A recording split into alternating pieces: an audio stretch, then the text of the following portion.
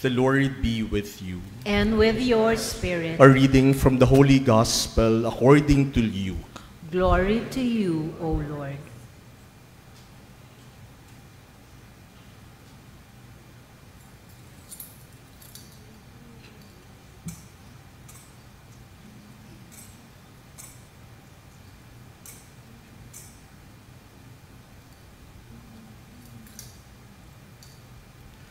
The tax collectors and sinners were all drawing near to listen to Jesus.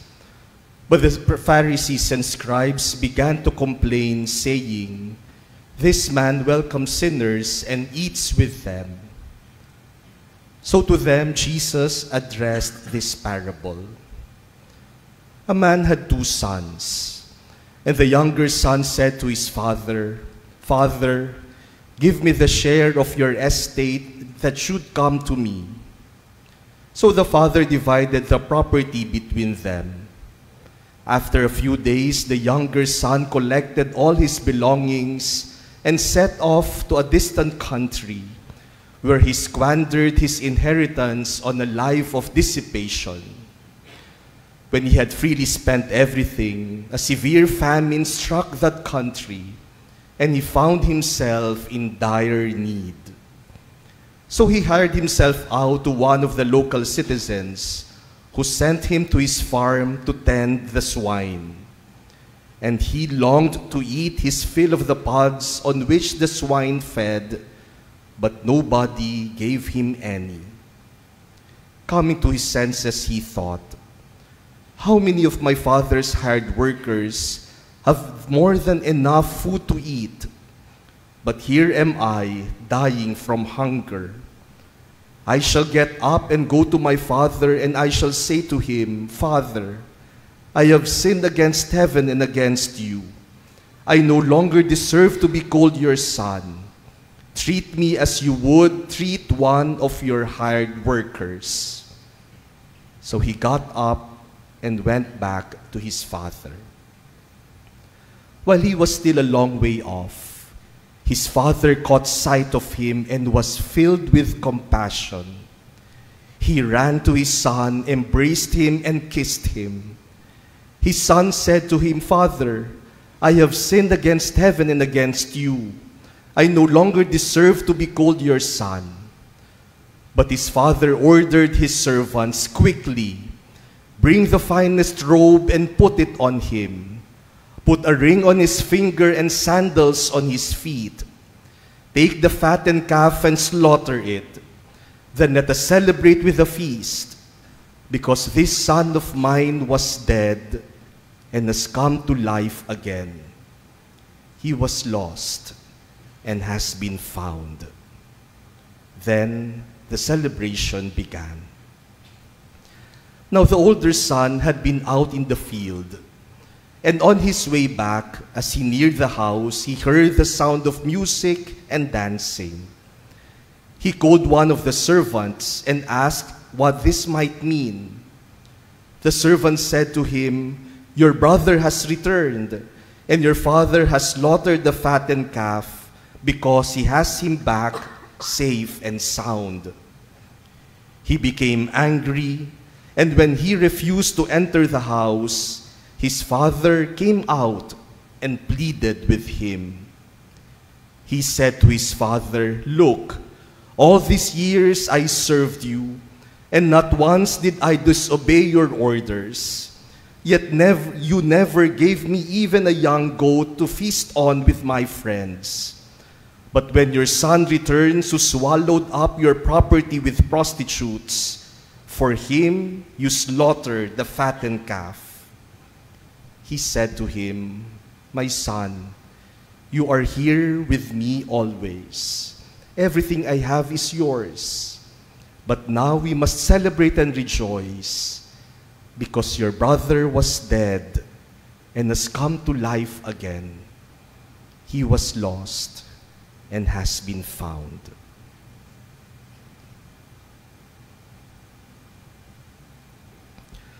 The Gospel of the Lord. Praise to you, Lord Jesus Christ.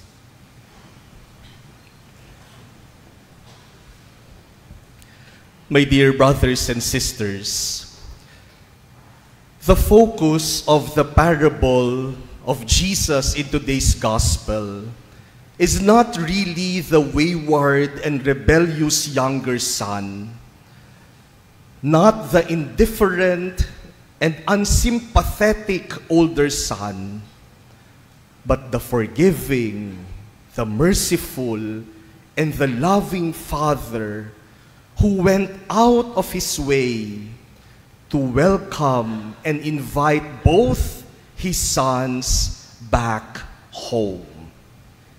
Yes, my dear brothers and sisters, both sons left home, and the father had to go to them to invite both sons back home. The younger son obviously left their home after getting his inheritance. And after living a sinful, immoral life and being in dire need, he thought of returning to his father. And so he went back. And according to our gospel, while he was still a long way off, malayo-layo pa siya, his father caught sight of him and was filled with compassion. Nakita na siya ng kanyang ama. And what did the father do? He ran to his son, embraced him, and kissed him.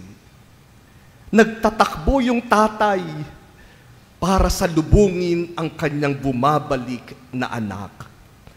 Now, my dear brothers and sisters, the father did not need to do that.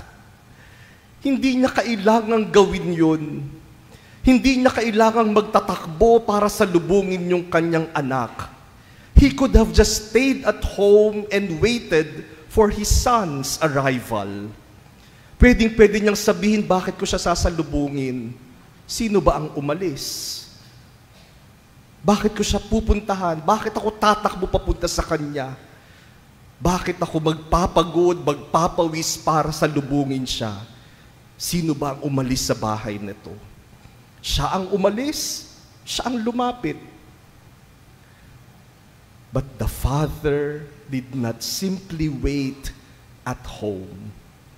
He ran to his son.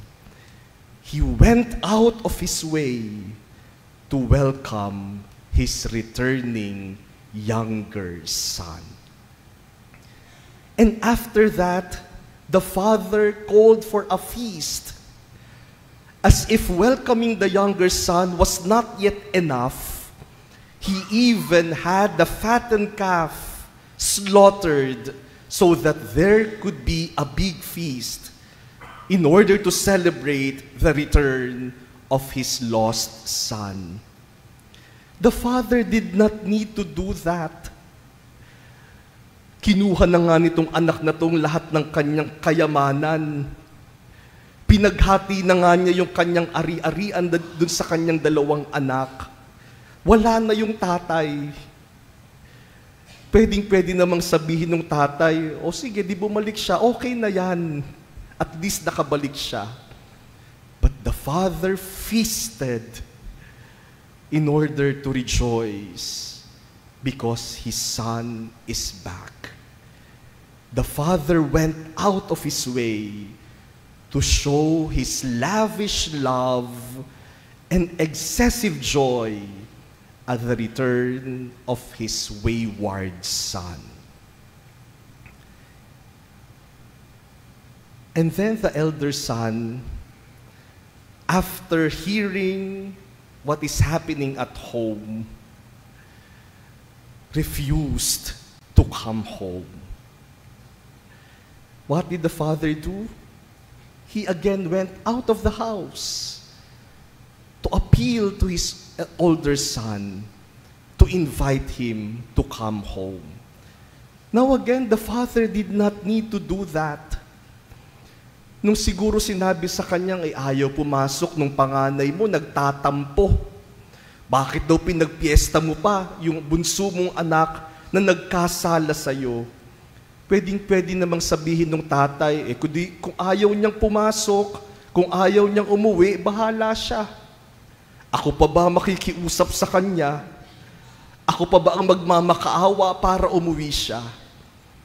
But the father went out of the house again, this time for the older son. He did not need to do that. But this father, out of his love for his sons, went out of his way in order to invite his older son to come home and celebrate with them. My dear brothers and sisters, God has a habit of going out of His way just to show us and to make us feel His love. Ang Diyos, kapag nagmahal, hindi lang yung sapat. Kapag nagmahal ang Diyos, ibibigay niya, gagawin niya yung higit pa sa sapat. This was also the experience of the Israelites as we heard in our first reading today. They were about to enter the promised land after 40 years of journeying in the desert, after being freed from slavery in Egypt. Remember that God, through Moses, liberated them from being slaves in Egypt. And they journeyed in the desert until God brought them to the promised land. And in our first reading, as they were about to enter the promised land, the Lord said to Joshua, "Today I have removed the reproach of Egypt from you." Tinanggal ko na yung galit, yung disappointment ng mga Egyptians sa inyo. Now, does the Lord need to do that? It was no longer necessary. They were already free. They now have their own land. Ano pa ba ang pakialam nila sa mga Egyptians? But to show them that they are totally free, even the reproach of the Egyptians was removed by the Lord. He did not need to do that, but He did to get out of His way to show His love for His people. And St. Paul in our second reading today gives us even more profound insight into this love of God. He tells us that the Father has reconciled us to Himself through Jesus Christ. The Father could have reconciled us to Himself through other persons. Pwedeng-pwede namang ibang tao na lang ang magligtas sa atin. Bakit naman niya itataya ang buhay ng kanyang nag-iisang anak para sa mga makasalanang katulad natin? He did not need to do that. He did not need to give His Son, and He did not need the life of Jesus for our salvation. But He went out of His way because of love. He was not simply satisfied with saving us. He saved us with the best possible way, and that is through the life of His only begotten Son. You see, my dear brothers and sisters, God has the habit of going out of His way to make us feel His love, to show us the greatness, the abundance of His love for us. Parang para sa Diyos, ang pagmamahal ay hindi yung pagbibigay lang ng sapat. Ang pagmamahal ay yung pagbibigay ng higit pa sa sapat. Ang pagmamahal, hindi mo lang gagawin yung nararapat. Ang pagmamahal, gagawin mo yung higit pa sa nararapat. That is how God loves us. And I hope we learn from God when we love each other. Siguro po sa karanasan natin, nangyari na rin yan. Yung mga magulang na nagmamahal sa kanilang mga anak, parents would not simply give their children what is enough. For parents, they will always give more than what is enough. The excessive love of parents for their children. And have you also experienced that? Meron na bang taong nagmahal sa inyo na nagbigay ng hindi lamang yung sapat, nagbigay ng higit pa sa nararapat? That is true love as shown to us by the Father. A love that goes out of His way. A love that is not satisfied with the minimum. A love that is not mediocre. Pag-ibig na hindi nagsasabing, okay na yan, o okay na to. Yung pag-ibig na nagbibigay ng lahat-lahat. A love that goes the extra mile. A love that gives even more. That is the love of God for us. And that is also the love that we should show one another. That is why this Sunday is Laetare Sunday, the Sunday of joy. Because the one who shows excessive love, the one who goes out of his way in order to love others, is the happiest.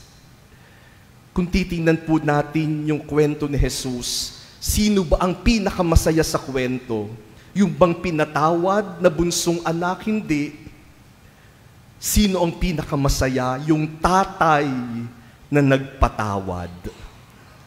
If you go out of your way to show your love, your kindness, your concern for another, you will be very happy.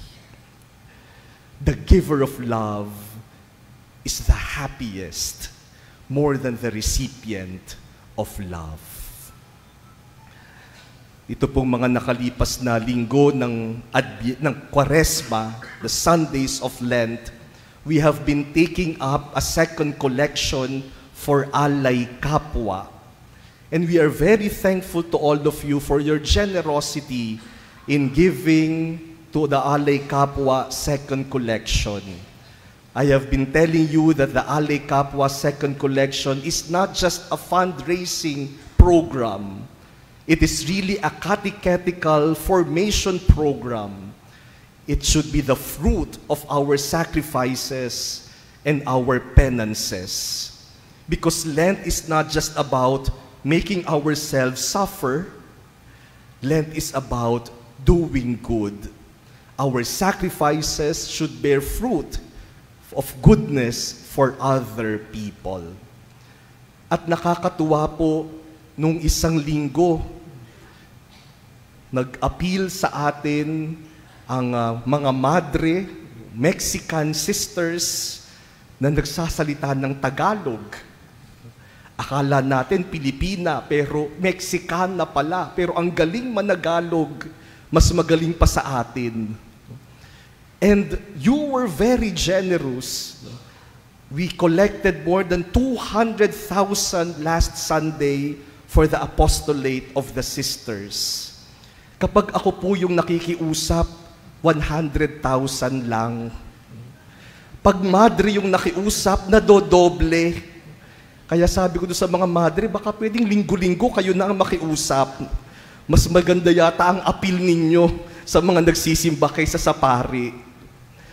But, you know, after one Mass, someone approached me and asked, Father, how can we help more? Sabi ko, just give to the Alay Kapwa collection and that would be enough. No, Father, we already gave. Pero sabi niya, we want our family to be part of that mission. Gusto rin namin gawin yung mission. Pwede ba kaming sumali sa kanila? Gawin yung kanilang mga ginagawa. And that is what we mean by going the extra mile, by getting out of your way. Hindi lang basta nagbigay, pero magiging bahagi ako, gagawa pa ako ng higit sa pagbibigay. Today, my dear brothers and sisters, March 30 is the birthday of the Archbishop of Manila, our beloved Cardinal Jose Advincula. He celebrates his 73rd birthday today, and so let us pray for him in this Mass. Let us offer this Mass for him and for his intentions.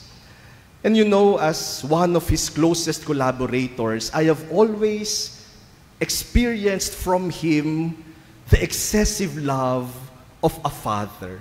He is almost like a father to me. Kasi pareho sila ng age ng mga magulang ko. Almost every week, we would meet in his residence in Intramuros. Yung pong pinag-mimitingan namin nasa second floor ng kanyang residence.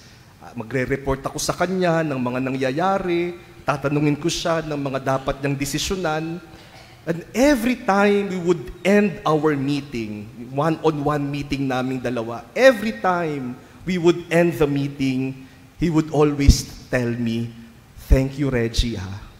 Salamat, salamat." Now, he does not need to do that. He does not need to thank me because this is my work. This is my job.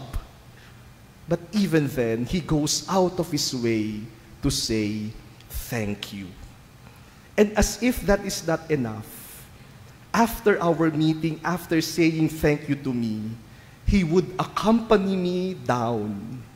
Sasamahan niya ako pababa, iyahatid niya ako hanggang makalabas ako ng kanyang residence.